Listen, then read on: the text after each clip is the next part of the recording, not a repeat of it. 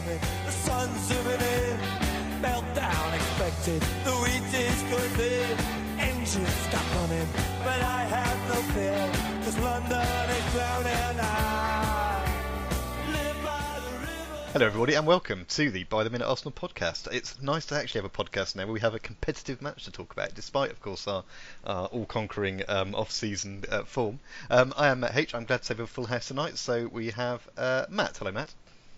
Evening. And we also have Pete. Hello Pete. Hello, Matt. Pete live from Yorkshire this evening. That's how exciting this is. One day we'll do it when someone's actually in a different country. That will be pushing the bounds of technology. Right, well, great to have everyone with us. We will get to previews and predictions and whatnot later on. But first of all, there is only one place to start. Arsenal started their Premier League season, on Friday night, home to Leicester.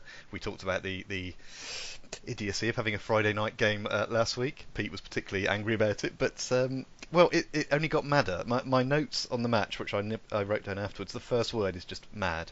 For those who don't know, Arsenal won 4-3, having been 3-2 down with, I think it was 8 minutes to go. There were echoes, I think it's safe to say, of home games of years past, opening home games of years past, including just 12 months ago, the home defeat to Liverpool. It certainly looked like the same kind of thing might happen, but Arsenal managed to make it through. We'll go through the odds and ends, but perhaps just to start with, we'll have the floor open for any overall comments. So, Matt, any particular thoughts you had whilst watching this game or immediately afterwards? If every game's like that, I'm not sure I'm going to make it through the season. It's good fun to watch looking back. Pretty stressful during it. Our defence didn't look up to much at all, but I guess it's a pretty makeshift defence with no Mustafi, Madsaka.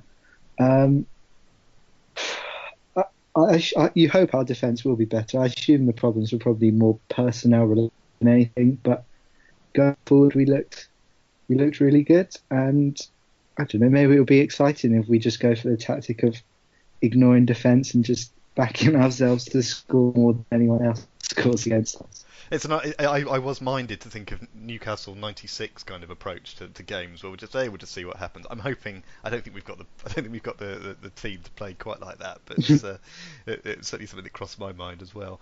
Pete, any sort of general points to note on what you were thinking while this game was going on? Yeah, I'm not sure I could have lived through the game if I'd been there, So I found myself quite glad to be watching on television rather than being there. But then again, I had to put up with Jamie Carragher on co-coms. Yes, well, that's something we all had to suffer with on this occasion. Absolutely. I mean, we'll get into the detail in a second. It's interesting. I read something in one of the newspapers, and I can't even remember now if it was before. I think it's probably after the game. But this idea of everyone has their pre-season optimism, but actually, if you step back. Take Arsenal as an example. I don't think we're picking Arsenal, but just using Arsenal as an example. It's only a few weeks ago we were playing, and actually not that much has changed. It's the same manager, it's broadly the same personnel with a couple of new signings. It's not a great surprise that we're going to have the same kind of games as we had last season, which I thought was an interesting, if perhaps in hindsight, slightly obvious way of thinking about it. But mad game. Arsenal took the lead after 2 minutes, back to 1-1 after 5 minutes. 2-2 by half time, and as I say, with 8 minutes to go, Arsenal were 3-2 down. But came through with goals from the two subs to make it 4-3. Well, where should we start? Well, let's start at the beginning. Lacazette on I read something. It's not his first touch actually. His 3 first touches in Arsenal competitive colours were kick-off, goal, kick-off. Were apparently his 3 touches. Pete, any thoughts on that goal or the first half perhaps, if we to open it up a little bit? The whole of the first half, my word. Well, you pick out, but I just think if we go on every goal, we could be here for a long time. So yeah, we could. Okay, so 94 seconds the first goal wasn't it? And isn't that the fastest goal fastest opening goal in Premier League history or something? Joint, I think it was with something else. Yeah, but yes. Joint. Someone else has scored on exactly 94 seconds. That's what they said. I was all a bit flustered come Friday evening, particularly after having done this game for the website. So I think that's what somebody said. Yes. Well, it was a rather joyous moment, an opening to the game with a very nice ball in from El Neni, wasn't it? Yes. and then to see Lacazette have that sort of reaction and be able to nod it into the far corner beyond the despairing dive of Schmeichel was very nice. It was, wasn't it? And then we then managed to go behind in a matter of moments, it seemed like, with Okazaki and Vardy scoring for Leicester. Matt, any thoughts on that first half? Anything, or particularly about perhaps the slightly dodgy, as it seemed, equaliser that Welbeck managed to get in just before half-time? Yeah, it all seemed to stand still. I don't know if Leicester thought Kolasinac was offside, but Welbeck does well, really. He manages to make it look like every shot he's scuffed. And I wasn't even convinced he'd score from there. He still managed to make it look a bit awkward, but I think that was a big goal to get before half-time to go back in level. The goals we conceded weren't great. I think the first one was from the corner, which they took quickly, and they've won both the headers in the box. And then for Vardy's goal, we've lost the ball. Albrighton's cross is a great one. There's probably not a lot we can do from that, but yeah, it doesn't look like we've improved or practiced on at all our defending from set pieces. Their first and third goals looked far too easy, really. Yeah, well, let's break off from the narrative, as it were, to talk about the defence. Also, go on, Pete. You were going to say something first? Well, I was going to say I thought the first Leicester goal was a horrendous piece of checking, wasn't it? Don't know what he was up to. He seemed to be chasing a ball that he was never going to get to, well out of play, and just took himself out of the goal mouth. When if he'd stood where he was, then at least he might have had a chance of stopping it when it came back in. I don't know what he was up to. It almost looked a bit Almunia-esque. which is a phrase you don't necessarily want to have foisted on you. I'm putting all this defensiveness down to, as I think Matt mentioned at the start, personnel issues, because we're missing Koscielny, Mustafi and Mertesacker, of course, whose scar doesn't appear to be getting any better when it looked exactly the same as it had a week before. But I guess that happens to everyone when you get a bit older. It takes longer to heal. I'm putting it down to that and perhaps the sort of start of season shakiness, nervousness, whatever. We do have, and I know Pete in particular will be perhaps upset we have to mention this, but we do have to mention Rob Holding, I think. Oh dear. Who not only did he not have a great time, and that's fine, players don't always have great times, but when Arsene Wenger was asked about it afterwards, he did talk about sort of a knock to the confidence, which you can argue, okay, that maybe he shouldn't have done that, but I don't think there was anything wrong personally with bringing it up and mentioning it. So let's have a look. So we'll come back to you actually then, Pete. So on that and on the defence in general, is this something we should be concerned about? Is this just the start of the season? The whole set piece thing, as Matt's alluded to, and those, there were great crosses that Leicester were putting in, did look to be causing trouble all the time, basically. Yeah, well, we knew at some point that Rob would show some sort of weakness, didn't we? And it was the other night. Although he also did have a pretty poor game in the first game of last season, so and then came back from it. So, I think he did the right thing in taking him off. It was probably it wouldn't have done any good to continue to expose him to Jamie Vardy. It's not anything anyone ever wants to do in life, let alone football pitch. I must say, having seen Vardy on Friday night, though, I did have something I didn't have at all last season, which was the tiniest and very fleeting thought of he would have looked, he could have been quite good up front for us rather than Leicester. He looked really good on Friday, I thought. That's kind of what really annoys me about him most now. that he could occasionally look very good. Yes. Might have looked good for us, but chose not to. Idiot. There you go. Well, there we go. Well, we've moved on from now. It's a good thing you're not bitter about the rejection. Matt, you've already mentioned the defence, actually. So do you think it's a temporary thing, or Arsene Wenger seemed very breezy about it afterwards. Yeah, we'll work on it. We'll be fine. I mean, I like his approach, but I'm fear it might be that approach that meant we conceded 3. Yeah, I think it probably is personnel. I mean, Kolasinac was supposed to be playing centre back, but really decided to maraud away at will, which was great to watch.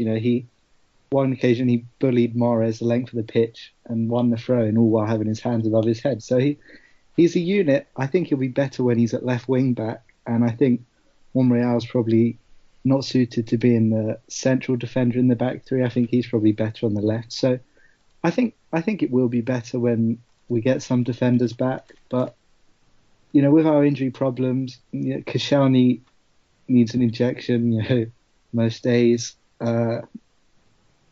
Gabriel still seems injured. So we're probably going to be in positions like this where we don't have our first choice defence. We're obviously going to have to perform a lot better than that. But no, I'm probably not as blasé about it as Wenger, but I'm sure it will get better. I think there were definitely some positive signs, especially Klasnic. I thought he's really good. Yeah, and well, let's move on to the positive signs then, particularly those last 10 minutes. So it looks like a tactical masterstroke, bringing on Giroud and Ramsey, who then score the 2 goals that give Arsenal the win. I'm torn between the two. I think my favourite is probably. I love the Giroud header, but the thing about the Ramsey goal, there was the control and then a certain element of calm that he showed to slot it into the corner, and I've got the Giroud header was fantastic. Pete, do you have a preference as to those 2 goals, or are you just delighted by either of them? They were both beautiful. Possibly the Ramsey one, because it's a lovely ball in from Xhaka as well, and the control is astonishing, and the finish just marvellous. So yeah, I think maybe that. Whereas the Giroud goal is just a piece of individual bullishness and genius. It was fantastic. I think the way he got up to that. We should mention the talk about Mesut Ozil potential handball in the lead up to that third Arsenal goal. I've seen it, but I don't see it particularly. It doesn't look like he's trying anything on purpose. Matt, any thoughts on that or anything about those last 10 minutes? Oh, it was impossible not to see. They kept showing it. Yeah, this is true. Although fortunately, much after the game had finished, so it didn't matter. Yeah, I mean, I'd be almost happier if it was handball. I really couldn't care less, but they kept going on, and Jamie Carragher's voice got higher and higher. But no, I don't think it was particularly handball, and it's not as though it directly led to the goal either. It led to a corner, unless he could have cleared it. And I did love Giroud, his goal, just shrugging off Harry Maguire, who'd been giving it the big act all game until Giroud came on and just bullied him. And then Giroud, once we went ahead, really proved to be our best centre-back that we had all game, as he just sort of sat back and cleared all of the balls Leicester put in. So I think Giroud's probably the perfect option off the bench, and he's done this time and time again. I think with Lacazette starting and then Giroud coming on, we have 2 very different options, but both of them seem to be working really well. Yeah, but the question then is, can we keep him happy doing that? And let's hope we can. Well, they seem to have had a chat about it. No one seems to be, what's the classic phrase, agitating for a move or whatever. Or Giroud doesn't seem to be, as far as we can tell. There doesn't seem to be that vibe coming out of the club. So fingers crossed. There's going to be plenty of games for both of them. So we'll have to see how it goes. Just to mention the last 10 minutes, I think we're sort of contractually obliged to mention the Arsenal defence for the last few minutes, when it was 3-2. 2 left backs in the middle, a right back at left back, and a midfielder at right back. I'm just saying that because every report has mentioned that, so I think that just illustrates the issues that there were. But on the other hand, they didn't concede any more goals with that particular arrangement. So. We should have a word, I suppose, about the fighting spirit and all the rest of it that Arsene likes to big up. Pete, were you going to mention that or anything else? No, I was going to mention our second goal. Right, yes. I think Matt already did, but, 2 things. First of all, I remember turning to my other half at the point at which we scored it and saying, well, that was when Kolasinac laid it off to Welbeck. I was like, that was quite brave of him. And she didn't really know what I mean, but do you? Well, Matt's alluded to it, hasn't he? Yes. Really? Do you want to do that? And also that it came that in pre-season there was a bit of a joke about strikers benefiting from Danny Welbeck miss shots. But that was from the benefit of a Lacazette miss shot, wasn't it? I was so strung out by that point. He was having a pop at goal and pretty much completely mishit it or hit it against another player, and that's why it came out to Kolasinac. Right. Yes. And that's ring a bell. So maybe that's going to be a theme of the season. Someone mishits it and someone else puts it in. Well, that will if they go in, I suppose it doesn't matter too much. I think we've covered the points I had written down about how the new signings did. I mean, Lacazette obviously scores on his debut. Can't do much better than that. He looked busy. I thought he looked to be getting involved and did pretty much everything you'd ask from someone on a debut in his position. And in terms of rustiness, for want of a better word, and any concerns, I think we've all noted that there were concerns about the defence. But I think one game is too quick to judge. Even if we do assume there might be some continuation from last season, we'll have to see how that works out. All right, anything else on that game then? It seems like we've done sort of 15 minutes on it. It seems like it deserves a lot more, but I don't want to spend too much more. But Matt, any other thoughts on the game? No, I guess I know there's a lot can be said about the performance, but I think just the main thing, it's so important to get 3 points. We lost on the first day at home so many times, and it looked like we were gonna fall back to that. And with some tough away games coming up, and then we saw other top teams stumble across the rest of the weekend. I think aside from the performance, that was a pretty big 3 points to start with. Yep, absolutely. A very important point to make, actually. The fact that when all said and done, we were top of the league on Friday night, having been bottom of the league 10 minutes earlier. Pete, anything else that you would like to note about the game? Totally agree with that. Big 3 points, and quite like the new kit. Oh, well, there we go. So there we are. It's an important point made there from our sartorial correspondent. We'll have a look at that. The other games. I'm not going to make a regular event of looking at the other games around the Premier League, but I thought it might be worth just on this first week noting. It's interesting that of the sort of top 6-7 rivals, if you like, both Manchester clubs won, Spurs won, Everton won. All of those were probably expected, but of course the other team, Liverpool, could only draw at Watford. With a slightly dodgy goal at the last minute, which is good, and of course the big result was Chelsea, who when we saw they were 3-0 down at half time, my wife, who doesn't give two whatsits about football, actually uttered the phrase, "We must watch Match of the Day tonight," which was the first time I've ever heard her say anything remotely like that. And I like the fact that Chelsea's unhappiness actually spreads its way throughout people who don't even care that much about football. So and of course, although they did come back in the second half, it wasn't enough, and they were down to 10 men and all the rest of it. So worth noting, I think, because it was good fun watching that score come in on Saturday. Right, Matt, you weren't here last week, so I was going to give you the opportunity for a minute or so to give us, if you were interested in doing so, your realistic hopes for Arsenal for the sort of league and cup or cups over the next for the season. Anything particularly you'd like to? Not predict necessarily, but what you think's realistic and what we can go for. I reckon I'd say coming third is probably realistic. I think the two Manchester clubs look a fair bit better than the rest of the league in their overall squad, but I think the other three, I think Chelsea and Liverpool. Chelsea obviously have their huge problems. Liverpool's defence is possibly even worse than ours. And Tottenham refused to sign anyone, and I think they'll struggle this season. So I know nobody's predicted us really to come anywhere apart from sixth, but I honestly do think we have a good chance of coming third. I think that might be as good as it can get, but who knows? As for the cups, I feel like any team we play in the Europa League, even if we play sort of more reserve team, should be good enough to get through the group stage. I think it would be nice to go as far as possible, but I'm not going to be too devastated if we went out. I think the main thing that's going to be interesting is when the draw comes out, really seeing how far we have to travel, because I'm pretty sure after most times we play on Thursday, we've got really tough away games on the following Sunday. I was just looking at the very first one. We're away at Chelsea on the Sunday afterwards, so yes, that could be home game, of course, but yes, I see what you mean. Yeah, so it depends how seriously we take that. I assume we're not going to take the League Cup particularly seriously, and then the FA Cup's really our tournament, so I can only assume we'll win that. So third and FA Cup. Well, I think that people will be pretty happy with that. You're right about this Europa League. I hadn't noticed, but yet we're away. Sorry, we don't know if we're home or away yet, but after one lot we're away at Chelsea, another one we're away at Everton, another one we're away at Man City. So yes, blimey, and then the other one we're away at Burnley, which the conquerors of Chelsea as they are now.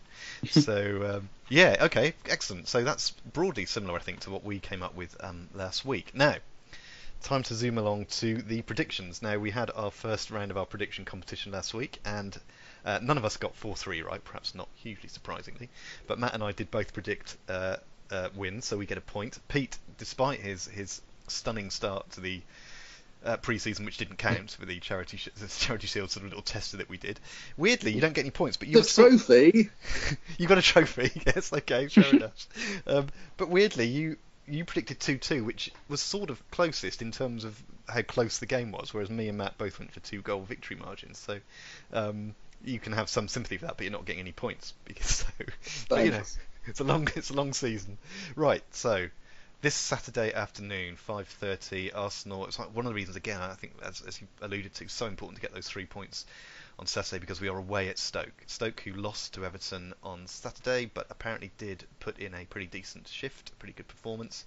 I'll go first with this one. We don't like the trips to Stoke, but I don't think they have the same intimidation they may have done a few years ago. Stoke have been a bit middling over the last couple of seasons. They haven't really kicked on in either direction, if that makes sense. I am going to go, just because I think we started well and I think we've got enough to do it, and I think we'll sort out the defence, for the classic 1-0 to the Arsenal, I think, is going to be my prediction. Matt, would you like to have a go, a line or two, and then your prediction, please?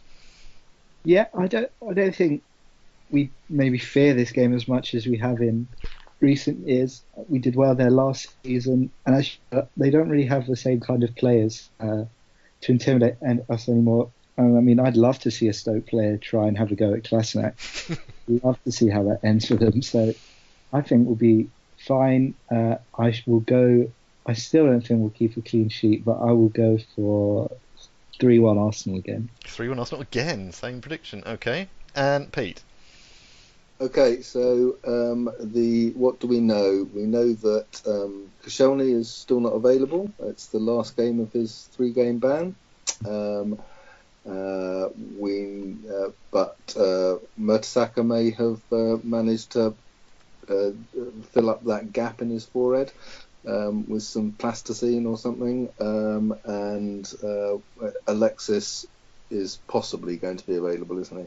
So I'm thinking about my strategy for this prediction, and I'm deciding that I might just always go with the result of the last game. So 4-3 Arsenal. 4-3 Arsenal. Well, I like the theory.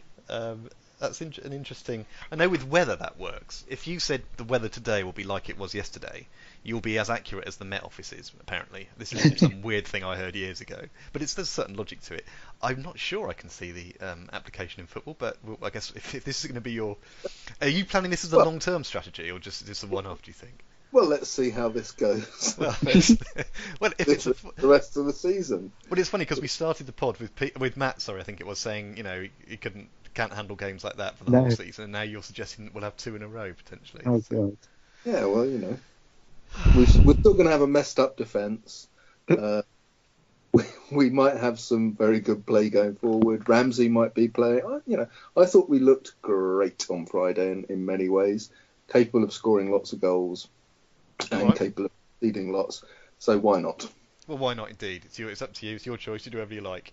We've all gone for wins of varying numbers, so that's great. We'll stick with that. Right.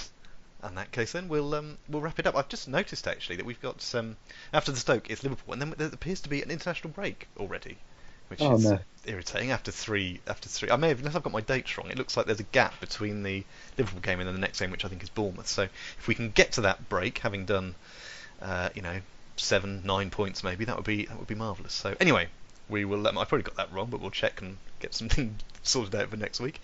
But until then, thank you very much, Pete. Thank you, Matt. And thank you very much, Matt. Thank you. And thank you everyone for listening, and we'll be back with you next week. Take care. Bye-bye.